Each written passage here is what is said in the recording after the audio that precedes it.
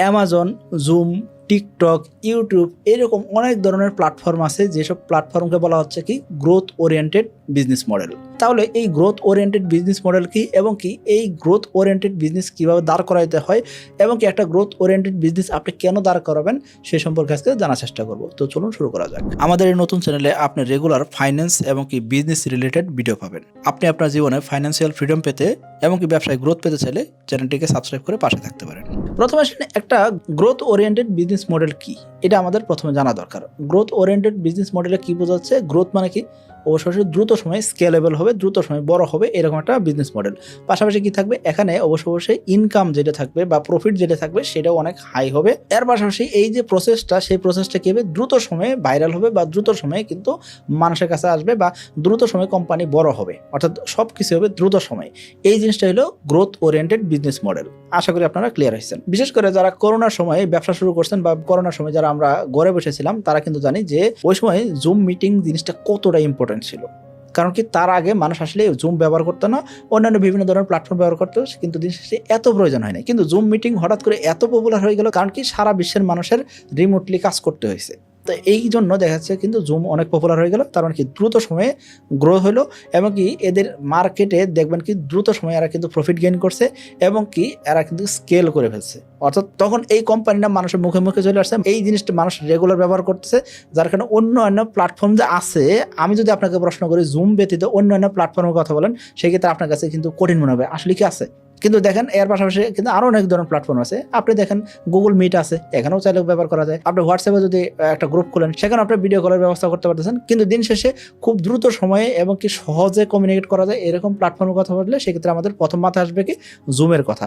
অর্থাৎ এই company growth oriented একটা কোম্পানি। এরকম অনেক উদাহরণ আছে, সেটা কি স্ল্যাক আছে, অ্যামাজন আছে, ইউটিউব আছে, টিকটক আছে, শপিফাই স্টোর আছে, এর পাশাপাশি ইনস্টাগ্রাম থেকে শুরু করে এরকম অনেক প্ল্যাটফর্ম আছে যেগুলো গ্রোথ ওরিয়েন্টেড বিজনেস মডেল। এখন এরকম একটা গ্রোথ ওরিয়েন্টেড বিজনেস মডেল কিভাবে কাজ করে বা আপনি একটা গ্রোথ ওরিয়েন্টেড বিজনেস মডেল দাঁড় করে যাচ্ছেন সেক্ষেত্রে আপনি কিভাবে দাঁড় করাবেন খেয়াল করবেন। আমি আপনাকে ইউটিউবের মতো নতুন একটা প্ল্যাটফর্ম তৈরি করতে বলতেছি না, আমি আপনাকে জুমের মতন একটা অ্যাপস তৈরি করতে বলতেছি না, আমি আপনাকে শপিফাই স্টোরের মতন স্টোর তৈরি করতে বলতেছি না। আমি বলতেছি আপনি এমন একটা বিজনেস দাঁড় করাবেন যেটা কি দ্রুত সময়ে গ্রোথ করবে, বেশি প্রফিট দিবে, এর পাশাপাশি সেটা অবশ্যই স্কেলেবল হবে, মানুষের মুখে মুখে আপনার কোম্পানির নাম থাকবে, এরকম একটা কোম্পানি আপনি তৈরি করতে যাচ্ছেন। এই ক্ষেত্রে জাস্ট 4টা স্টেপ মেনটেন করলে আপনি একটা এরকম কোম্পানি দাঁড় করাতে পারবেন।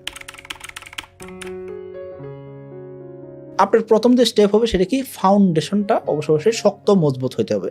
কারণ কি যে কোনো একটা বিল্ডিং বা যে কোনো একটা জায়গার বা যে কোনো একটা ব্যবস্থাপনার মূল জিনিস হলো কি তার ফাউন্ডেশন, অর্থাৎ ভিত্তিটা কত শক্ত সেটা কিন্তু ইম্পর্টেন্ট। এই ক্ষেত্রে আপনি একটা ফাউন্ডেশন তৈরি করলেন কিন্তু আপনার মার্কেটে ভ্যালিডিটি থাকলো না, মানুষ আপনাকে চিনলো না বা মানুষের সমস্যার সমাধান আপনি করতে পারতেছেন না, সেটা কিন্তু ম্যাস পিপলের কাছে আপনি পৌঁছাতে পারবেন না। এই ক্ষেত্রে আপনাকে অবশ্যই নিশটা ভালোভাবে সিলেক্ট করতে হবে। আপনার প্রোডাক্ট কি এবং কি আপনার কাস্টমার বা কনজিউমার কারা সেটা আপনাকে জানতে হবে এবং কি ওই কাস্টমারের কাছে ওই কনজিউমারের কাছে আপনি ঠিক সময়ে পৌঁছাতে পারতেছেন কিনা এবং কি আপনার মার্কেটের কম্পিটিশন কমানোর জন্য আপনি কি করবেন অবশ্যই একদম মাইক্রো নিশে আপনি চলে যাবেন। এই ক্ষেত্রে আপনি কি করবেন ফাউন্ডেশন সময় আপনি প্রথমেই অনেকগুলো প্রোডাক্ট স্টক করে আপনি আটকায় যাবেন না, আপনি জাস্ট কি করবেন মার্কেটে যে সমস্যা আছে সেটা সমস্যার সমাধান হিসেবে আপনি মার্কেটে এমভিপি ছাড়তে পারেন, অর্থাৎ মিনিমাম ভাইয়েবল প্রোডাক্ট আপনি ছাড়তে পারেন যে মানুষ বা গ্রাহক আপনার প্রোডাক্ট ব্যবহার করে আসলে কি বলতে সেটা আপনি দেখতে পারেন। দেখার পরে আপনি কাস্টমার ফিডব্যাক নিয়ে আপনি একটা প্রোডাক্ট দাঁড় করাতে পারেন। এখন আপনার ফাউন্ডেশন মোটামুটি শক্ত হয়েছে, আপনি নিশ সিলেক্ট করে ফেলছেন, কাস্টমার বুঝে গেছেন। এখন আপনি কি করবেন ইনিশিয়ালি গ্রোথ কেমন হবে, ইনিশিয়ালি ব্যবসাটা আপনি করতে পারবেন কিনা বা ব্যবসা করলে কতটুকু আগাইতে পারবেন সেই সম্পর্কে আপনার ধারণা রাখতে হবে। তাহলে দ্বিতীয় স্টেপে আমরা কি করব গ্রোথটা আমরা চেক করব। এই ক্ষেত্রে আমরা কন্টেন্ট তৈরি করতে পারি, এসইও করতে পারি, আমরা এর পাশাপাশি কি করতে পারি পেইড অ্যাডস রান করতে পারি, এর পাশাপাশি বিভিন্ন পার্টনারশিপ করতে পারি, বিভিন্ন ইউটিউবারের সাথে পার্টনারশিপ করতে পারি, ইনফ্লুয়েন্সারের সাথে পার্টনারশিপ করতে পারি, যাদের ফেস ভ্যালু আছে তাদের সাথে আমরা কমিউনিকেট করতে পারি, এর পাশাপাশি ওবিসি টিভিসি করতে পারি। এইসব জিনিস দিয়ে আমরা কি করব আমরা দ্রুত সময়ে মানুষের কাছে পৌঁছাবো। এই জন্য আমরা কি করব মানুষের কাছে পৌঁছানোর জন্য আমাদের কি দরকার হবে মার্কেটিং দরকার হবে, গ্রোথ দরকার হবে, ইনিশিয়াল গ্রোথটা দরকার হবে, যে ইনিশিয়ালি আমরা কতটুকু গ্রোথ নিয়ে আসতে পারছি সেটা খুবই ইম্পর্টেন্ট। তৃতীয় যে জিনিসটা সেটা কি স্কেলিং করা। আপনার গ্রোথ আসতেছে দেখলেন, কিন্তু এই ব্যবসাটাকে আপনি স্কেলেবল কেমন করবেন সেটা কিন্তু খুবই ইম্পর্টেন্ট। এই ক্ষেত্রে ভালো একটা টিম গঠন করা খুবই জরুরি। আপনার টিমের মেম্বার যদি আপনার কথা না শুনে, বা টিমের মেম্বার যদি মন মতন কাজ করে, বা টিমের মেম্বার যদি অন্যান্য টিমমেটের সাথে যদি সঠিক আচরণ না করে, বা একটা কমিউনিকেশন যদি বজায় না রাখে, সেক্ষেত্রে কিন্তু ব্যবসাটা অনেক দূর আগানো সম্ভব হয় না। এর পাশাপাশি ব্যবসাতে অটোমেশন নিয়ে আসতে হবে। কাস্টমার যদি সহজ ব্যবহার করতে পারে, ইউজার ফ্রেন্ডলি হতে হবে, এবং কি কাস্টমার যাতে সঠিক সময় সঠিক সার্ভিসটা পাচ্ছে সেটা আপনাকে অবশ্যই খেয়াল করতে হবে। এর পাশাপাশি কাস্টমারকে আপনাকে ইনিশিয়ালি এক্সপেনশনের অফার দিতে হবে, যে আপনি এই প্রোডাক্টটা ব্যবহার করতেছেন, এর পাশাপাশি আমাদের কাছে এরকম প্রোডাক্ট আছে। যেমন 2 দিন আগে আমার কাছে একটা ফোন আসলো, তারা বলতেছে কি যে আপনি আমাদের থেকে অমুক দিন এরকম একটা প্রোডাক্ট কিনছিলেন, সো আমাদের এমন একটা অফার চলতেছে, যেখানে একটা লোভনীয় অফার ওনারা অফার করতেছে। সেটা কি, নতুন একটা প্রোডাক্ট আছে, সেই প্রোডাক্ট আপনি চেক করে দেখতে পারেন। এই ক্ষেত্রে আমরা কি দিচ্ছি, আপনি টেস্ট করবেন, টেস্ট করে যদি আপনার কাছে ভালো লাগে সেক্ষেত্রে আপনি কিনবেন, আর যদি আপনার কাছে ভালো না লাগে সেক্ষেত্রে আপনার কেনার দরকার নেই, আপনি যে ডেলিভারি ম্যান যাবে তার কাছে আপনি ফেরত দিতে পারবেন। দেখেন, খেয়াল করবেন, উনি আমাকে অফার করতেছে কি, আমি একটা প্রোডাক্ট আগে কিনছিলাম, যার কারণে ওনার অফার করতেছে দ্বিতীয় যে প্রোডাক্ট আমার কাছে বিক্রি করবে সেটা কিন্তু মার্কেটে চলবে কিনা, তার জন্য তারা MVP আগে চেক করতেছে, অর্থাৎ মিনিমাম ভায়াবল প্রোডাক্ট দিয়ে তারা চেক করতেছে, কাস্টমার বিহেভিয়ার দেখার চেষ্টা করতেছে। আমার কাছে একটা প্রোডাক্ট পাঠাবে, সেটা কি আমি চেক করব, চেক করে যদি আমার কাছে ভালো লাগে সেক্ষেত্রে আমি রাখবো, যদি ভালো না লাগে আমি তাকে ফেরত দিব। এক্ষেত্রে তারা প্রোডাক্টের যে মূল্য রাখছে সেটাও কিন্তু কম রাখতেছে, যার কারণে মনে হবে কি আমার কাছে যে হ্যাঁ, এটা তো খুব ভালো একটা অফার, লোভনীয় একটা অফার।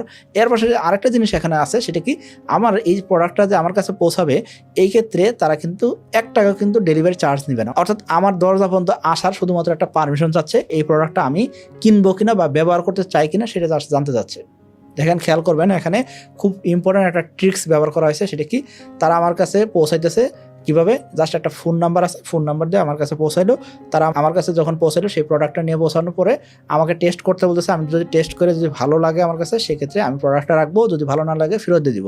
এবং কি এই ক্ষেত্রে এই যে ডেলিভারি ম্যান আমার কাছে নিয়ে আসলো, এতেও কোনো চার্জ দিতে হবে না। এবং কি যে প্রোডাক্টের দাম রাখা যায় সেটা কিন্তু মার্কেটে এরকম যে প্রোডাক্ট পাওয়া যাচ্ছে তার সাথে দাম কম রাখা হচ্ছে। এই যে লোভনীয় অফারটা, এটা যে আমার কাছে মনে হতে পারে কি হ্যাঁ, অনেক জিতে গেলাম তো আমি, তো এই জিনিসটা কিন্তু খুব মার্কেটে খুব ভালো একটা কাজ করবে। কিন্তু আপনাকে চিন্তা করতে হবে, নতুন প্রোডাক্ট এটা আসলে একটা সময় যায় স্কেল করবে।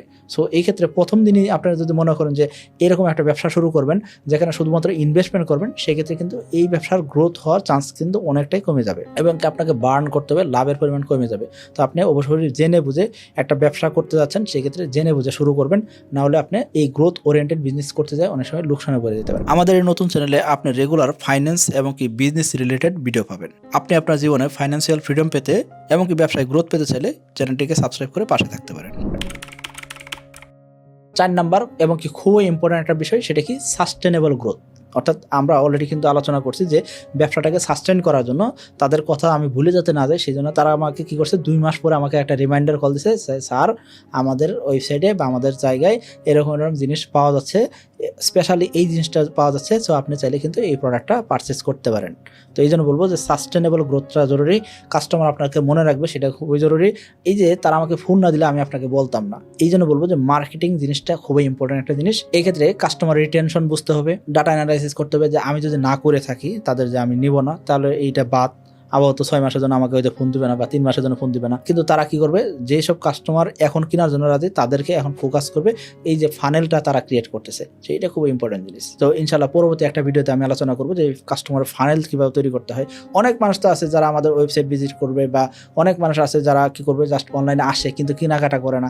সো এদের ভিতর থেকে আপনার স্পেসিফিক কাস্টমার বের করে নিয়ে আসা, এই যে ফানেল সিস্টেমটা, এটা আমি পরবর্তী একটা ভিডিওতে আলোচনা করার চেষ্টা করবো। এই যে টোটাল 4টা স্টেপ, একটা হলো ফাউন্ডেশন খুব ভালো মজবুত হওয়া, দ্বিতীয় হলো ইনিশিয়াল গ্রোথ চেক করা, তৃতীয় হলো স্কেল করা, এবং চতুর্থ হলো সাস্টেনেবল গ্রোথ নিশ্চিত করা। এই কাজটা যদি আপনি করতে পারেন, সেই ক্ষেত্রে বলবো এই যে গ্রোথ ওরিয়েন্টেড বিজনেসগুলোতে আপনি খুব ভালো করতে পারবেন। কিন্তু আমরা অনেকটা ট্রেডিশনাল বিজনেসের মতন করতে চাই, যার কারণে দেখা যায় ব্যবসা একটা সময় আর বড় হতে চায় না, বা ব্যবসার গ্রোথ একটা সময় আটকে যেতেছে। এই কারণে অনেকে কিন্তু হতাশ হয়ে যায়, বা আমরা চিন্তা করি যে এই ব্যবসা হয়তো আমার জন্য না, এই ধরনের অনেক চিন্তা ভাবনা থাকে। আমরা যখন ব্যবসা শুরু করবো তখনই যদি আমাদের ফাউন্ডেশনটা ক্লিয়ার থাকে, বা ফাউন্ডেশন যদি আমাদের শক্ত হয়, মজবুত হয়, সেক্ষেত্রে ব্যবসাটাকে গ্রোথ ওরিয়েন্টেড করা কোনো একটা ব্যাপার হবে না। আশা করি সকলে বুঝতে পারছেন। সকলে ভালো থাকবেন, সুস্থ থাকবেন। আসসালামু আলাইকুম।